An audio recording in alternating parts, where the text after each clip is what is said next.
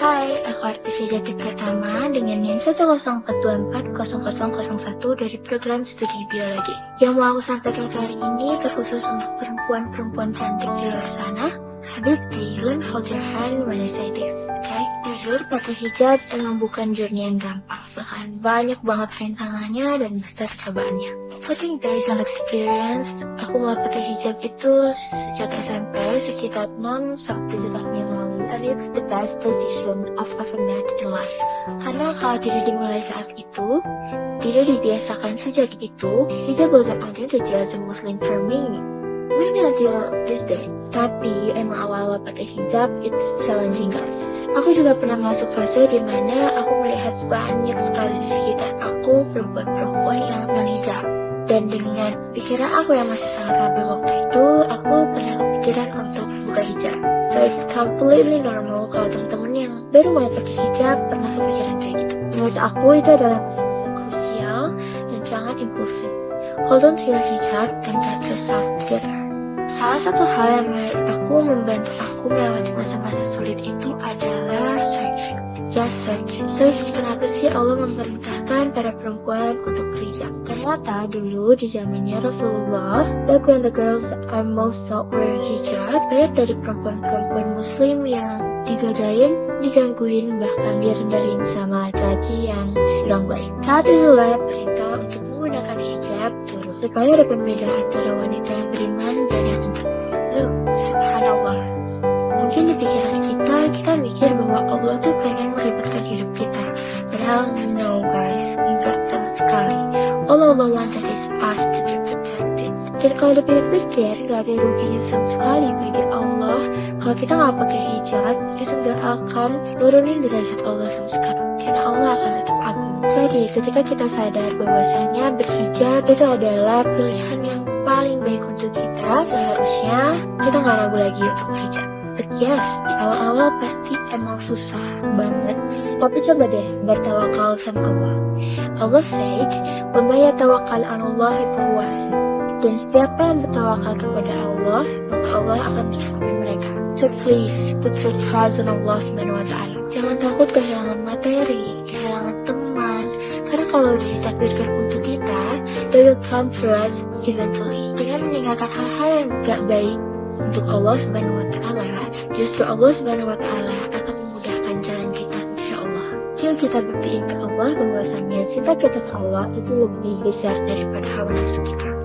Aku percaya bahwasannya perempuan yang mindful adalah dia yang tahu tujuan akhirnya. Jadi dia gak perlu validasi dari apapun, dari siapapun selain validasinya Allah. So as long as Allah approves, then I'm okay. Karena a mindful person tahu bahwa semuanya akan berakhir, dan akhir dari semua ini akan tertuju kemana.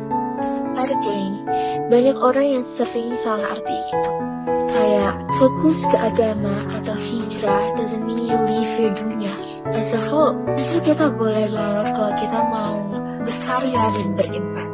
Yang penting kita ingat rumusnya di dunia. You guys, ayat ini bikin aku ketakutan banget rasanya dengerinnya. Sehingga apabila datang kepada mereka kematian, mereka berkata, "Wahai Rabbku, kembalikanlah aku ke dunia agar aku dapat beramal soleh yang telah aku tinggalkan."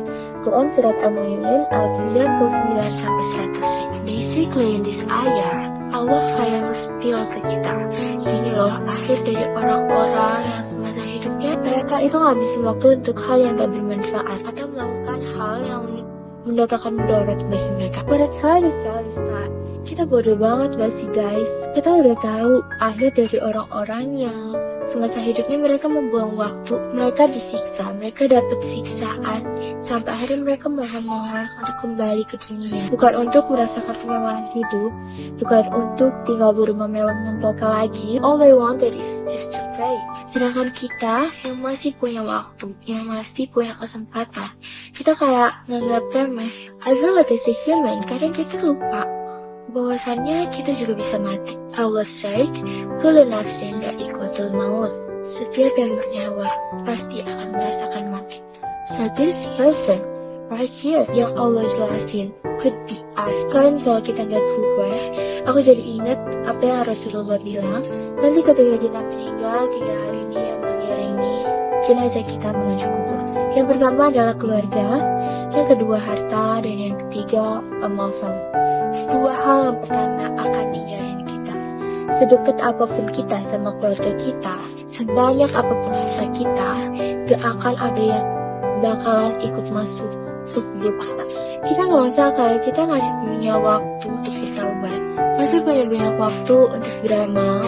Padahal no guys, kita gak tahu kapan kita mati. Ada orang yang mungkin bakal meninggal malam nanti, tapi siang ini mereka masih clueless. I like to remind myself, coba deh jalanin hari ini seakan-akan ini adalah hari terakhir. Although aku gak tahu pasti kapan aku akan meninggal, tapi dengan mengingat kematian, aku rasa kita bisa jadi lebih mindful untuk melakukan segala sesuatu. So now, may Allah SWT make it easy for all of us. Bagi yang sedang ditimpa musibah, yang sedang struggle untuk berhijab, dan untuk apapun yang sedang terjadi, semoga apa yang aku sampaikan ini bisa sedikit menenangkan beban kita ya.